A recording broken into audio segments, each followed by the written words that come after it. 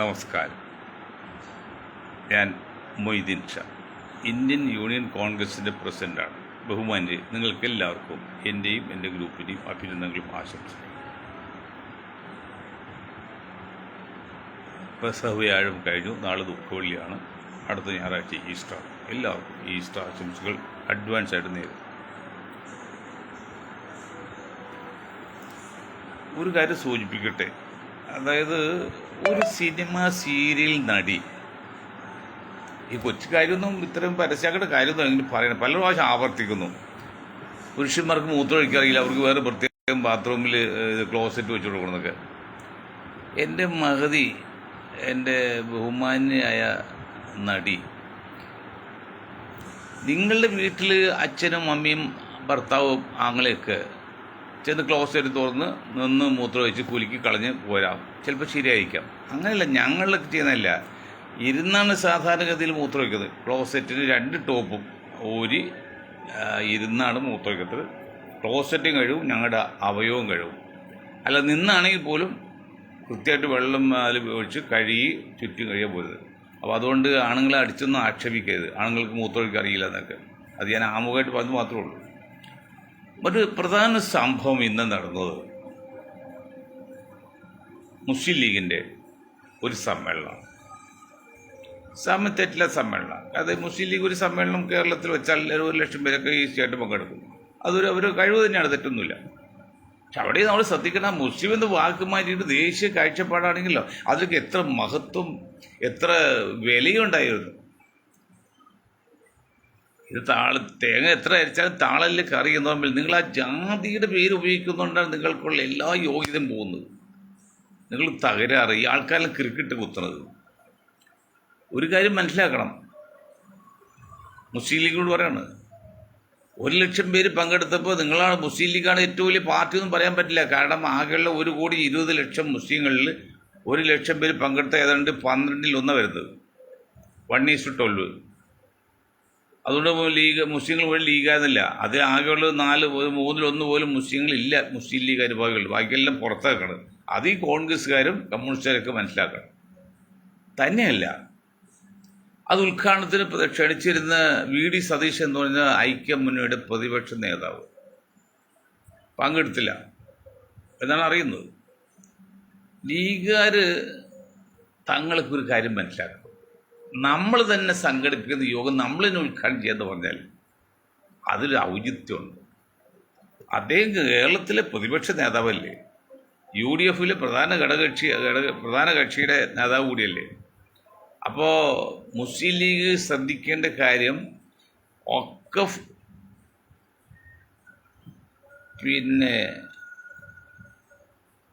പുതുക്കിയ നിയമം കൊണ്ടുവന്നു രാജ്യസഭയും ലോകസഭയും പാസ്സാക്കി അതിന് പ്രസിഡന്റ് വരും അനുവാദം കൊടുത്തു അറിയും. അത് സുപ്രീം കോടതിയിൽ കൊടുത്തു. സുപ്രീം കോടതിയിലെ വിധി അറിയാൻ വരെ കാത്തിരിക്കുക. അപ്പോൾ ഒരാഴ്ച പോലും എടുത്തില്ല. കാത്തിരുന്നിട്ട് വിധി ഇപ്പം അനുകൂലമായിട്ട് വന്നതിലേക്ക് ഒരു ആൾക്കൂട്ടത്തിന് ആവശ്യമുണ്ടായില്ല. അപ്പോൾ അത് തികച്ചും നിലമ്പൂർ തെരഞ്ഞെടുപ്പ് കണ്ടുകൊണ്ടാണ്. അവിടെ നിങ്ങൾ മനസ്സിലാക്കണം, നിങ്ങൾ ഒറ്റക്കല്ലെന്നേ, ഒരു UDF ഐക്യമുന്നണി പ്രതിപക്ഷ മുന്നണിയൊക്കെ ചേർന്നാണ് ഈ വഖഫിൻ്റെ പരിഷ്കരണത്തെ സമരം ചെയ്തത്. അപ്പോൾ നിങ്ങൾ മാത്രം ഓടി. അത് ജമാഅത്ത് ഇസ്ലാമി സംഘടന പോയി ചെയ്തു. അത് അവരൊന്നും മുന്നണിപ്പെട്ടല്ല, ഒറ്റപ്പെട്ട പാർട്ടികളാണ്. നിങ്ങൾ മുന്നണിയല്ലേ, കേരളത്തിലെ മുന്നണിയിലെ പ്രബല 2ാമത്തെ കക്ഷിയല്ലേ. അപ്പോൾ നിങ്ങൾ കോൺഗ്രസിന് കൂടി സഹായത ഐക്യമുന്നണി വേണം അത് അങ്ങനെ ചെയ്യാൻ. അത് കുറച്ച് വിലയുണ്ടായിരുന്നു. അത് സുധീറിന് പിന്നീട് VD സതീഷ് ഇഷ്ടമായില്ല. VD സതീഷ് നിങ്ങൾ അങ്ങനെ കൊച്ചായി കാണരുത്. പുള്ളിക്കാഴ്ചയിൽ കാഴ്ചപ്പാടൊക്കെ ഉണ്ട്, അത്ര മോശമൊന്നുമല്ല ആള്. രാഷ്ട്രീയമായിട്ട് വിലയിരുത്തലേക്ക് കാഴ്ചപ്പാട്, പിന്നെ കുറച്ച് പക്വത കുറവുണ്ട്. അത് ചെറുപ്പമല്ല, അതിന് പ്രായമായില്ലല്ലോ, അതിന് പരിചയമില്ലല്ലോ. ഇപ്പോൾ MLA ആയിട്ട് അധികം കാലമായില്ല, പാർട്ടിയിൽ വന്നിട്ടും ഈ പ്രതിപക്ഷ നേതാവായിട്ട് അധികം കാലമായില്ല. അതിൻ്റേതായ ഒരു അപാകത ഉണ്ടെന്നാലും വേറെ കുഴപ്പമൊന്നുമില്ല. നിങ്ങൾ അങ്ങനെ കൊണ്ടല്ലേ ഉദ്ഘാടനം ചെയ്യേണ്ടത്, നിങ്ങൾ അധ്യക്ഷത വഹിക്കണം. ഇത് ഇന്ത്യൻ യൂണിയൻ മുസ്ലിം ലീഗിൻ്റെ കേരള ഘടകം പ്രസിഡന്റ് അധ്യക്ഷത വഹിക്കുകയും ഐക്യമുന്നണിയുടെ നേതാവ് ഉദ്ഘാടനം ചെയ്യുകയും ചെയ്യണം, ഐക്യമുന്നണിയുടെ പ്രതിപക്ഷ നേതാവിനെ കൊണ്ട്. മറ്റൊന്ന്, നിങ്ങൾക്ക് പഞ്ചായത്തിൽ നിന്ന് ആളെ വിളിച്ചോ, നല്ല കാര്യമാണ്, അദ്ദേഹത്തെ മുഖ്യാതിഥി ആയിരിക്കണം. ഇങ്ങനെയൊക്കെയാണ് പോയെങ്കിൽ എന്നിട്ട് VD സതീശൻ വന്നില്ലെങ്കിൽ അത് തെറ്റ് തന്നെയാണ്. അല്ല, ഇതിലൊക്കെ എന്ത് വീഴ്ച ഉണ്ടെങ്കിൽ നിങ്ങൾക്കറിയാം, ഉണ്ടെങ്കിൽ അത് തെറ്റില്ല. അപ്പോൾ ഇപ്പോൾ ഞാൻ കോൺഗ്രസ്സോട് പറയാനുള്ളത്, മുസ്ലിം ലീഗ് ആയിട്ടുള്ള ബന്ധം കോൺഗ്രസ് ചെറിയ ക്ഷീണമല്ല വന്നിരിക്കുന്നത്. പക്ഷെ അത് അവർ ആ ലീഗിൻ്റെ പേര് മാറ്റാൻ ഇന്നത്തെ കണ്ടീഷനിൽ വി ഡി സതീശന് അത് സാധിക്കും. പറയാം, മുഖത്ത് നോക്കി പറയാനുള്ള അല്പം ആംബിയർ ഉണ്ട്.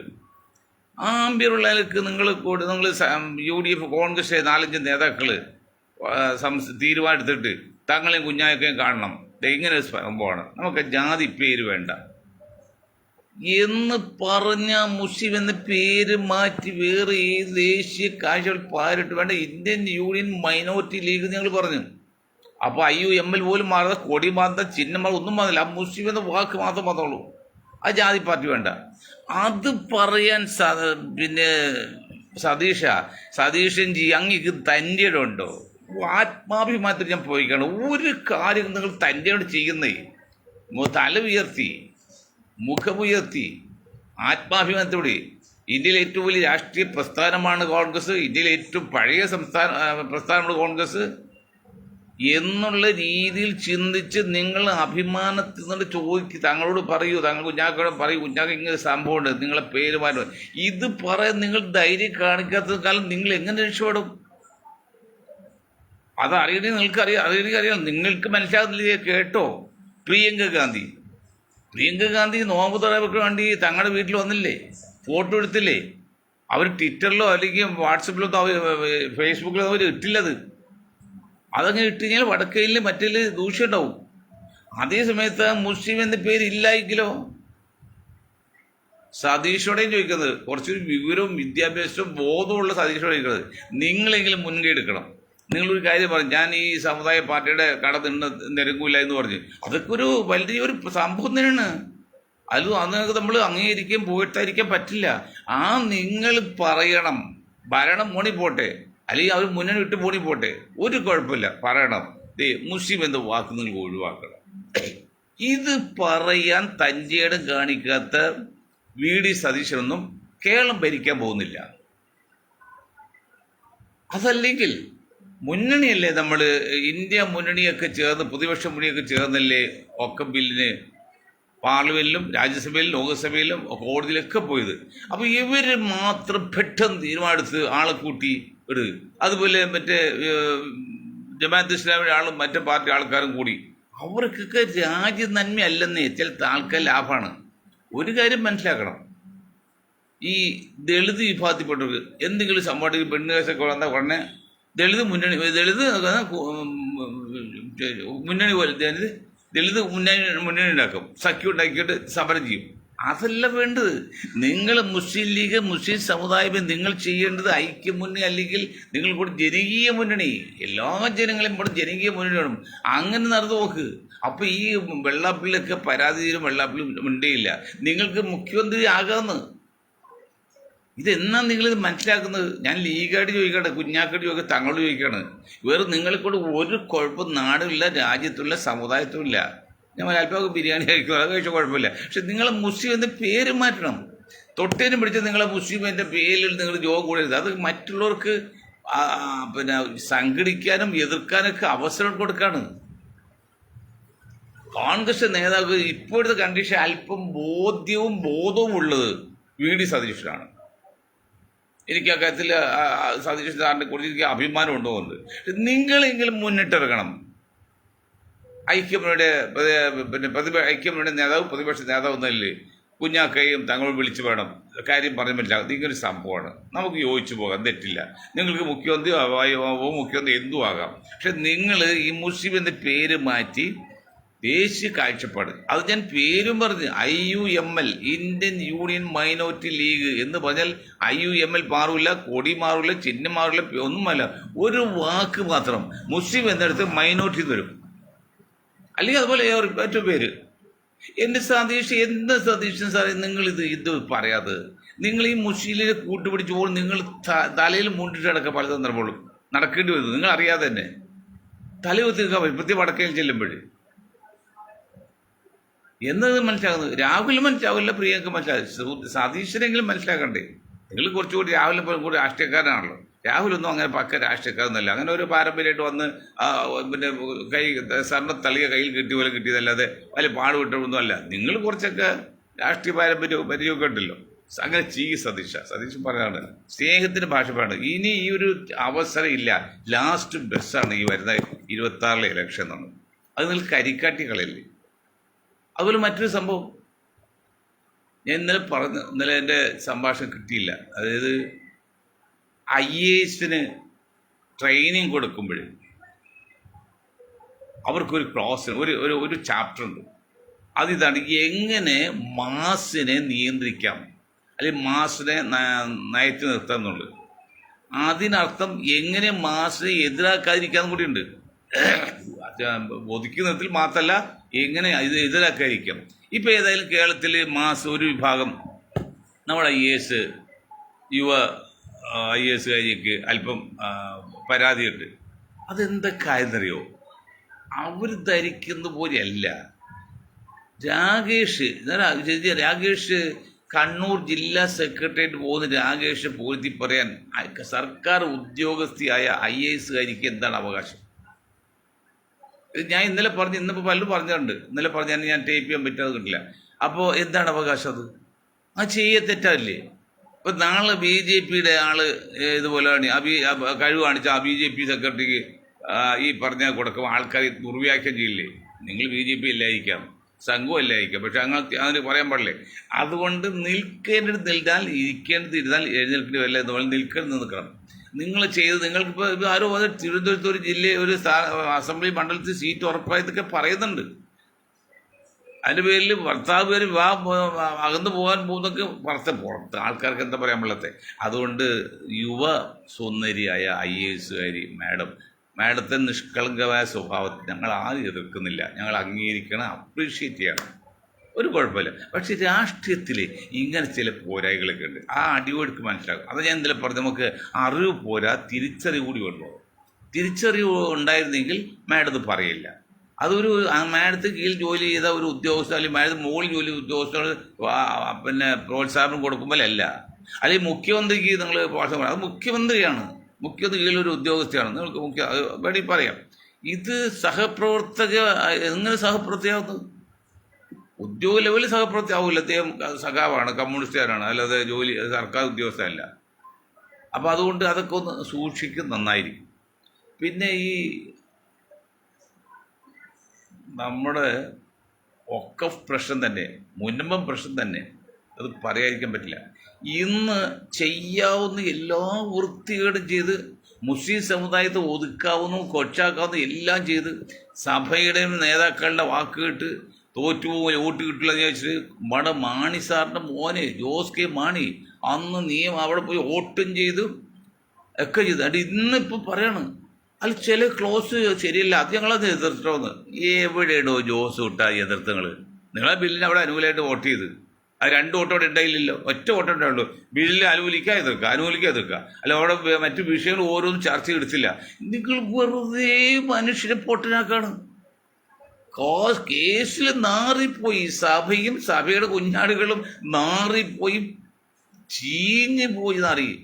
അപ്പോൾ വന്നപ്പോൾ പ്ലേറ്റ് മാറ്റിയപ്പോഴാണ് ഇന്ന് പത്രക്കാർ മുമ്പിലോട്ട് ഞങ്ങൾ ചില ക്ലോസുകളൊക്കെ ഞങ്ങളത് സമ്മതിച്ചില്ല. ഇതെങ്ങനെയൊക്കെ നോക്കിയിട്ട് നുണവാചികൾ കരണത്തിലടികളുള്ളൂ കേട്ടോ, ഇരുട്ടടിയുള്ളൂ. നിങ്ങൾ മണ്ടന്മാരാക്കരുത്. നിങ്ങൾ സപ്പോർട്ട് ചെയ്തോ, സഭയ്ക്ക് വേണ്ട ക്രിസ്ത്യാനിക്കൊക്കെ ചെയ്തത് കുഴപ്പമൊന്നുമില്ല. പക്ഷെ നിങ്ങൾ പറയുന്നതാണ് ചില ക്ലോസ് ഞങ്ങളിവിടെ എതിർത്തത്. അങ്ങനെ ക്ലോസ് ചർച്ച അവിടെ ഉണ്ടായില്ലല്ലോ. അവിടെ ഉള്ള ഈ ബില്ലിനെ അനുകൂലിക്കുന്നില്ലയോ? അല്ലേ?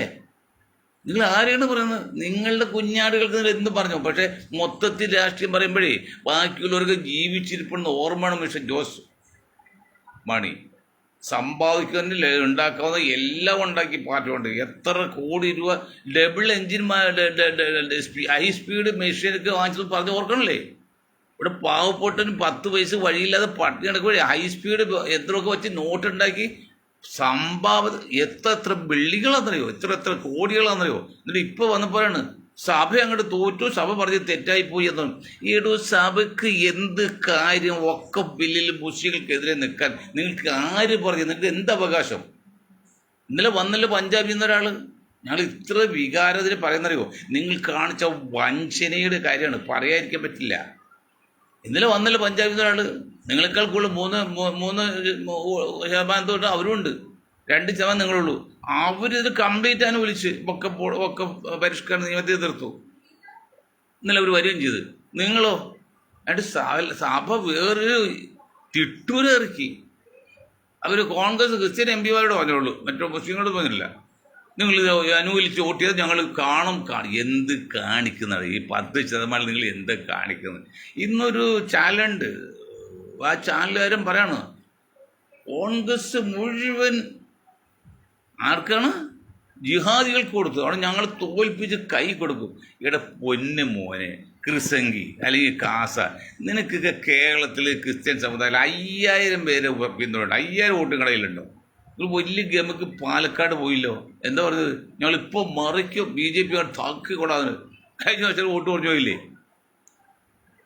നിങ്ങൾ പണം വാങ്ങിച്ചോ, നിങ്ങൾ പാർട്ടി ഉണ്ടെങ്കിലും കുഴപ്പമില്ല. അത് സമൂഹത്തിൽ കിടക്കുമ്പോഴേ ഒന്ന് ശ്രദ്ധിച്ചുകൊണ്ട് സംസാരിക്കാൻ. നിങ്ങൾക്ക് കിട്ടിയില്ലെന്ന് പറഞ്ഞല്ലേ ജിഹാദികൾ കൊണ്ടുപോയല്ലേ? എടോ ജിഹാദി കൊണ്ടുപോയിട്ടോണ്ട് കഴിഞ്ഞ അതിന് മുമ്പിലത്തെ, അതിനുശേഷം പിന്നെ ഇലക്ഷൻ തിരഞ്ഞെടുപ്പ് വന്നിട്ടില്ല. 125 സ്ഥാനമാനങ്ങൾ ആകെ ഉണ്ടായിരുന്നില്ലേ? 10% ക്രിസ്ത്യൻ സമൂഹത്തിന് 90 സീറ്റ് കിട്ടി. അത് പറഞ്ഞാൽ ജനങ്ങൾ അറിയണ്ടേ? ഈ വഞ്ചന ചതിയെ കാണിക്കണ്ടേ? 125 സീറ്റ് ആകെ സ്ഥാനമാൾ ഉണ്ടായി. APCCയിൽ 95 സീറ്റും കിട്ടി നിങ്ങൾക്കാണ്. അതാണ് കാസർഗോഡ് പോലെ കന്യാകുമാരി വരെ നിങ്ങളുടെ പേര് മാത്രമുള്ള ഫ്ലെക്സ് കണ്ടത്. 10 ഫ്ലെക്സ് കണ്ടാൽ പോലും മറ്റുള്ള അതിലുള്ള ഒരെണ്ണം കാണൂല. എന്നിട്ട് പറയണ എല്ലാം ജിഹാദികൾ കൊടുത്തത്. ഇനി സോണിയാഗാന്ധിയുടെ ഭരണകാലത്ത് എന്താണോ ഉണ്ടായത് അതും ഞാൻ പറയാം. 10 പേര് പ്രധാനപ്പെട്ട ഭാരവാഹികളിൽ ഒന്ന് ഗുലാം നബി ആസാദ്, ഒന്ന് ഇന്നത്തെ ഗാർഗെ. ബാക്കി 8 പേരിൽ സോണിയാഗാന്ധി, രാഹുൽ ഗാന്ധി. ബാക്കി 6 പേരും നിങ്ങളുടെ സഭയിലെ ആൾക്കാരിലെ ഈ കേരളത്തിലെ.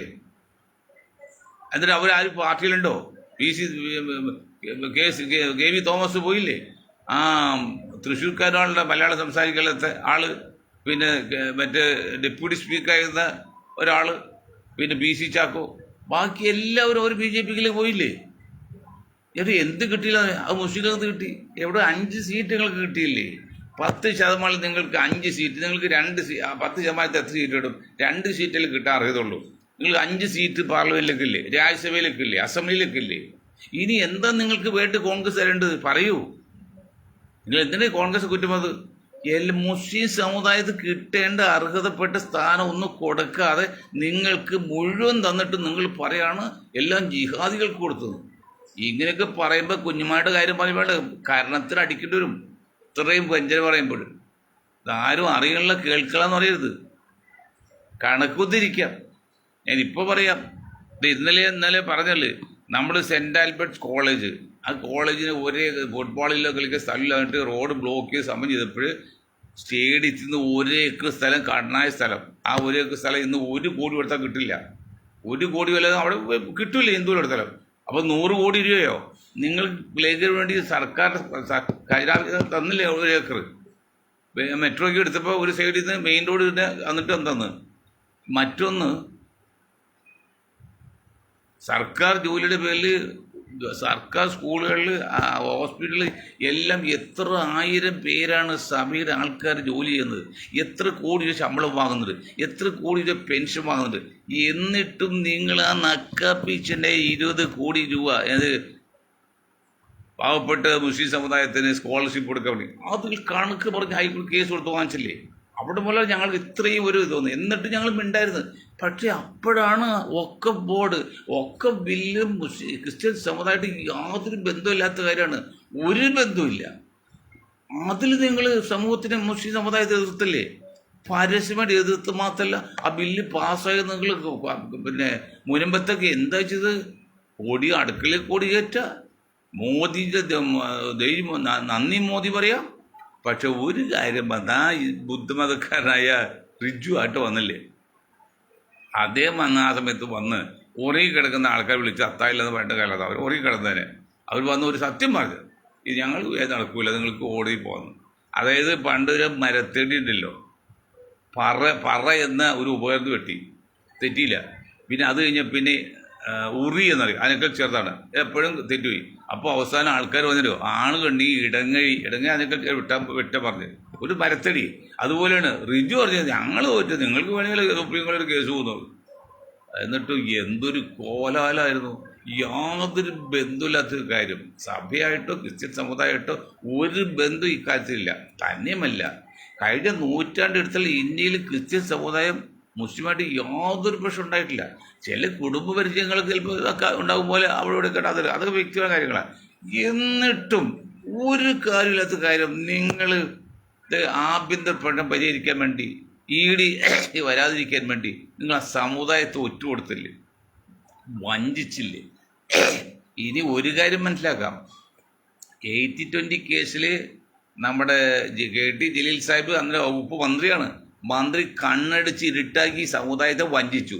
അതുപോലെ ക്രിസ്ത്യൻ സമുദായത്തെ നേതാക്കളോട് പറയാണ്, നിങ്ങൾ ഇത് കേൾക്കുമ്പോൾ കണ്ണടിച്ച് ഞാനൊന്നും അറിയില്ല എന്ന് പറഞ്ഞ് പൂച്ച കണ്ണടിച്ച് കൊടുക്കുക വേണ്ട. നിങ്ങൾ പറയണം, അങ്ങനെ നിങ്ങളുടെ കുഞ്ഞാടുകൾ എന്ത് തെറ്റ് ചെയ്താൽ നിങ്ങൾ കോൺഗ്രസ് നേതാക്കൾ ക്രിസ്ത്യൻ നേതാക്കൾ പറയണം, നിങ്ങൾ പറയുന്നത് ശരിയല്ല, ഇങ്ങനെയാണ് മുസ്ലിം സമുദായത്തെ കിട്ടിയിട്ടുള്ളൂ. ഇത്രയോളം നിങ്ങളെ കൊണ്ട് പറയിപ്പിക്കും. ഓർമ്മ വെച്ചോ, നിങ്ങൾ പറഞ്ഞു തരൂ, ഇല്ലെങ്കിൽ വോട്ട് സമയത്ത് ശ്രദ്ധിക്കും.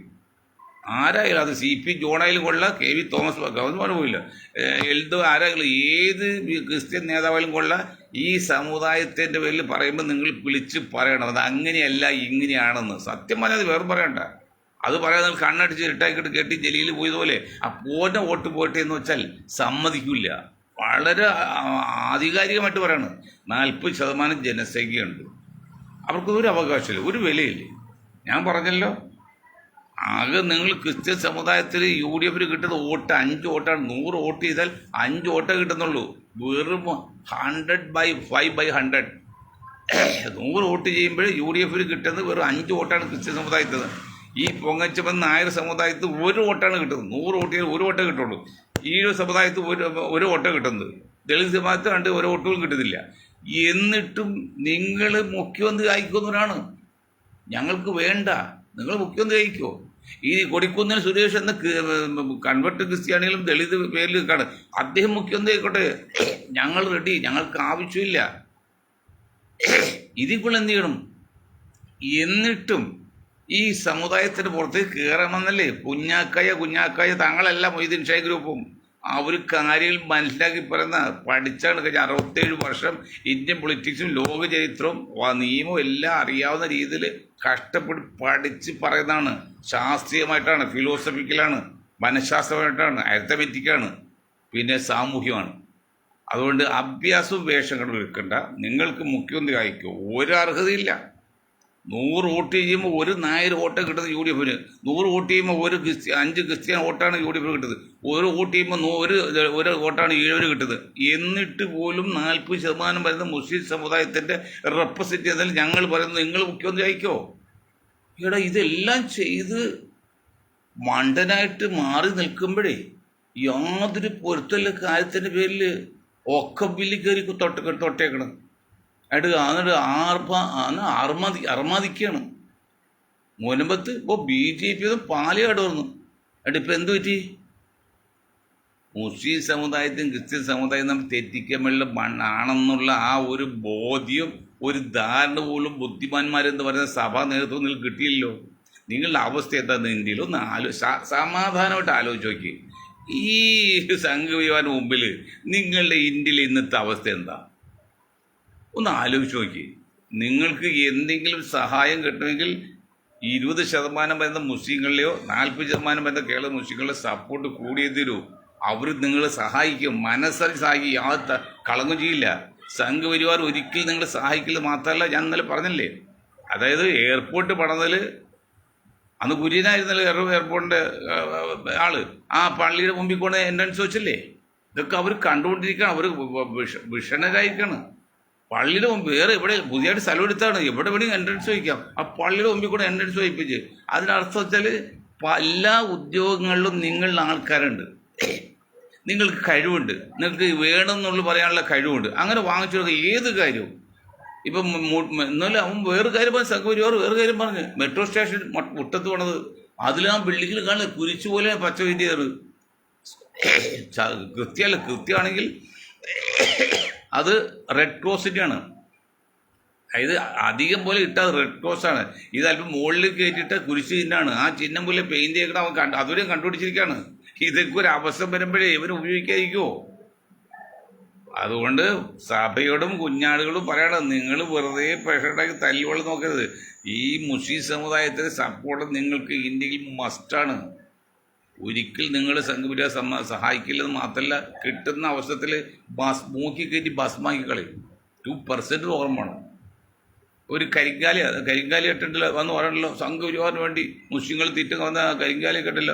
കരിങ്കാലിയൊക്കെ മനസ്സിലാക്കി നിങ്ങളുടെ തടി മാത്രമേ ഉള്ളൂ. നിങ്ങൾക്ക് ഒരു ആപത്തിൽ സഹായിക്കണമെങ്കിൽ ഈ സമുദായം മാത്രമേ ഉള്ളൂ. അതുകൊണ്ട് ഭീഷണി അല്ലെങ്കിൽ ഇതല്ല, സൗഹാർദ്ദമായിട്ട് ഇത്രയും വിട്ടുവീഴ്ച ചെയ്യുന്ന ഒരു സമുദായം ലോകത്തുണ്ടോ? ഞാൻ നിങ്ങളോട് ചോദിക്കുകയാണ്, ഇത്രയും വിട്ടുവീഴ്ച ഒരു സമുദായം മുസ്ലിം സമുദായം അല്ലാതെ വേറെ ഉണ്ടോ? ലോകത്തുണ്ടോ? ഇന്ത്യയിലുണ്ടോ? കേരളത്തിലുണ്ടോ? എന്താണ് കാരണം? 100ൽ 1 വോട്ട് കിട്ടുന്നവർക്ക് മുഖ്യമന്ത്രി അയക്കുമോ? 100ൽ 39 വോട്ട് കിട്ടുന്നവർക്ക് മുഖ്യമന്ത്രി സ്ഥാനം വേണ്ട. ഇത് ചെയ്യുന്ന സമുദായം ആരുടെ ലോകത്തുള്ളത്? ഏതാ ഉള്ളത്? നിങ്ങൾ ആരെയാണ് മണ്ടനാക്കുന്നത്? താങ്കളെ നിങ്ങൾക്ക് മണ്ടനാക്കാൻ പറ്റും, കുഞ്ഞാക്കനെ മണ്ടനാക്കാൻ പറ്റും. കാരണം അവർ ബുദ്ധി ഇല്ലാതെ പോയി. ബുദ്ധി ഉണ്ടായിരുന്നെങ്കിൽ ആ മുസ്ലിമത്തെ പേര് മാറ്റി തല ഉയർത്തി നിവർന്നു നിന്ന് ഞങ്ങൾക്ക് മുഖ്യ സ്ഥാനം പ്രതീക്ഷിക്കാം വേണമെന്ന് പറയായിരുന്നു. അത് പറയാത്ത കാരണം അതിപ്പോൾ കാണിച്ചില്ലേ? ആ പച്ചക്കൊടി കാണിച്ച് മുസ്ലിം പേരിട്ട് യോഗം കൂടി 1 ലക്ഷം പേര് പങ്കെടുപ്പിച്ച്. അതൊന്നും വിജയമല്ല. വിജയമായിരുന്നെങ്കിൽ മുസ്ലിം ലീഗ് എന്താ ചെയ്യേണ്ടത്? ആ പേര് മാറ്റം, മുസ്ലിമത്തെ പേര് മാറ്റണം. എന്നിട്ട് ഐക്യമുന്നണിയുടെ പേരിലെങ്കിലും അങ്ങനെ അത് നടത്തേണ്ട സമയം ആയിട്ടില്ല. സുപ്രീം കോടതി വളരെ വ്യക്തമായിട്ട് പറഞ്ഞില്ലേ? അപ്പോഴേക്കും ധൃതി പിടിച്ചുണ്ടാക്കി നിങ്ങൾ ചൂഷണം ചെയ്യല്ലേ? നിലമ്പൂർ വോട്ടിന് വേണ്ടിയല്ലേ? നിങ്ങൾ എത്ര നാൾ നിൽക്കും? നിങ്ങൾ ഇങ്ങനെയൊക്കെ പോയി ഇന്ത്യൻ യൂണിയൻ മലപ്പുറം ലീഗ് ആയില്ലേ? പൊന്ന സായിപ്പ്, ഞാൻ കുറ്റം പറയല്ല. ഞാനെനിക്ക് എത്ര കാലമുണ്ട്, നിങ്ങളും എത്ര കാലമുണ്ട്. നിങ്ങൾ ഇനിയെങ്കിലും മനസ്സിലാക്കി. നിങ്ങൾ ഇവരാരും സഹായിക്കില്ലേ? നിങ്ങളുടെ ഒരു നേതാവുണ്ടല്ലോ, ഇബ്രാഹിം സുലൈമാൻ സേട്ട്, അദ്ദേഹം പറഞ്ഞ് ഞാൻ കേട്ടിട്ട് എറണാകുളം ടൗൺ ഹാളിൽ വെച്ച്, എവിടെ ശക്തി ഉണ്ടോ അവിടെ അംഗീകാരമുണ്ട്. ഞാൻ എപ്പോഴും ഓർക്കണം വാക്ക്. നിങ്ങളെപ്പോലൊന്നല്ല, അദ്ദേഹം പാവമാണിത്. എവിടെ ശക്തി ഉണ്ടോ അവിടെ അംഗീകാരമുണ്ട് എന്ന് പറഞ്ഞാൽ നിങ്ങൾ ശക്തരാണെങ്കിൽ നിങ്ങൾ അംഗീകരിക്കും, അല്ലെങ്കിൽ അംഗീകരിക്കില്ല. പക്ഷെ ആ ശക്തി 2 രീതിയിലുണ്ട്. ഗുഡ് വില്ലുണ്ട്, ബാഡ് വില്ലുണ്ട്. ഗുഡ് വില്ലുണ്ട്, ബാഡ് വില്ലുണ്ട്. അപ്പോൾ ആ ഗുഡ് വിൽ എന്താണ്? നിങ്ങൾ ആ മുസ്ലിം എന്ന പേര് മാറ്റിയിട്ട്, ഞാൻ ചോദിക്കട്ടെ, ലോകത്ത് ഇതെല്ലാം മനസ്സിലാക്കിയിട്ട് ലോകത്ത് ജാതി പള്ളി ഏതെങ്കിലും പാർട്ടി ലോകത്തുണ്ടോ? അവർ സംഘപരിവാറാണ്. ഇങ്ങനെ സ്വന്തം സഹോദരങ്ങളെ വംശഹത്യക്ക് ശ്രമിക്കുന്ന ആഗ്രഹിക്കുന്ന ഒരു വിഭാഗം സംഘപരിവാറല്ലാതെ ലോകത്ത് വേറെ ഏതെങ്കിലും വിഭാഗം ഉണ്ടോ? ഇതൊക്കെ സത്യമല്ലേ പറഞ്ഞത്? ഞാൻ ഇത്ര വയസ്സായി പടുവൃദ്ധൻ ഇതൊക്കെ പറഞ്ഞ് എന്നാ പിന്നെ പറയുന്നത്? ഇനി ആരോട് എത്തിപ്പോൾ പറയാൻ പറ്റും? അതുകൊണ്ട് മുസ്ലിം ലീഗ് ചെയ്യേണ്ടത് മുസ്ലിം എന്ന പേര് മാറ്റി ദേശീയ കാഴ്ചപ്പാടുണ്ടാക്കുക. അതൊരു മാറിയില്ലെങ്കിൽ സതീശൻ നിങ്ങളത് അവരെ സൗഹാർദ്ദം പറഞ്ഞ് മനസ്സിലാക്കുക.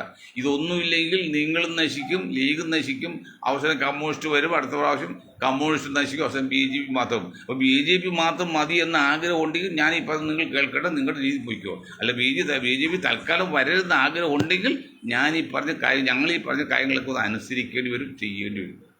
അതാണ് കാലഘട്ടത്തിന് അനിവാര്യതയാണ്. മനസ്സിലായില്ലേ? ഞാൻ ഇന്നലെ മുസ്ലിം ലീഗിൻ്റെ MP ഹാരിസ് ബീരൻ്റെ ഓഫീസ് സന്ദർഭവശം ഒന്ന് കയറി. ഞാൻ കേട്ട അവിടെ ഫോട്ടോ ഒക്കെ എടുത്ത് പോകുന്നു. ഹാരിസ് ബീരെ എടുക്കാനൊന്നും കുഴപ്പമൊന്നുമില്ല. അദ്ദേഹം 10-27 വർഷത്തെ സർവീസുണ്ട് ഡൽഹിയായിട്ട്.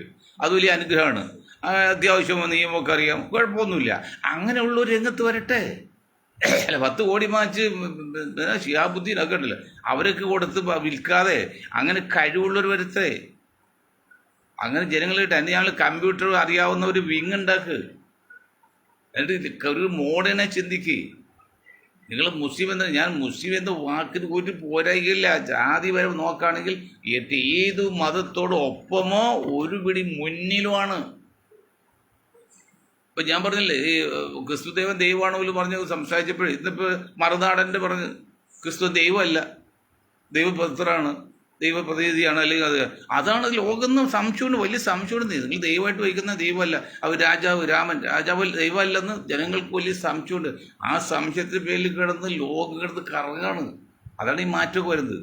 അപ്പം ഇങ്ങനെ വരും മുസ്ലിം സമുദായം നിങ്ങളെ മുസ്ലിം എന്ന പേര് മാറ്റി ഒരു ദേശീയ കാഴ്ചപ്പാടുണ്ടാക്കി മുന്നോട്ട് പോകും, അല്ലെങ്കിൽ നിങ്ങളെ ചവിട്ടി കൂട്ടി നശിപ്പിച്ച് കളയും. ഇപ്പോൾ വന്ന ഇന്ത്യൻ യൂണിയൻ മലപ്പുറം ലീഗായി, ഇനി അതും തീരും. എനിക്ക് നിങ്ങളോട് യാതൊരു ഇഷ്ടക്കുറവില്ല. ആ ഒരു പേര് മാറ്റിയുള്ള കാഴ്ചപ്പാടിച്ച് ബാക്കി എല്ലാം നിങ്ങൾ പെർഫെക്റ്റാണ്. ഈ മാണി സാറിൻ്റെ ഒക്കെ മക്കളുണ്ടെങ്കിൽ 10-1 പോലും നിങ്ങൾ ഉണ്ടാക്കിയിട്ടില്ല. അതിനേക്കാൾ കൂടുതൽ അവസരം നിങ്ങൾ കിട്ടിയിട്ടുണ്ട്. മാണി സാറൊക്കെ മലേറിയ ഹൈ റേഞ്ചൊക്കെ കംപ്ലീറ്റ് ആ മാണി സാറിൻ്റെ കാലത്ത് മാണി സാറിൻ്റെ ആൾക്കാർ കൊടുത്തേക്കല്ലേ. എനിക്കറിയാം, ഒരു സുഹൃത്തിന് 50 ഏക്കർ കൊടുത്തിട്ടുണ്ട് മാങ്കുളത്ത്, റബ്ബറുണ്ട്. അത് എത്ര പേർക്ക് കൊടുത്തിട്ടുണ്ട്. കംപ്ലീറ്റ് മലയോരം കൈകയറിയില്ലേ.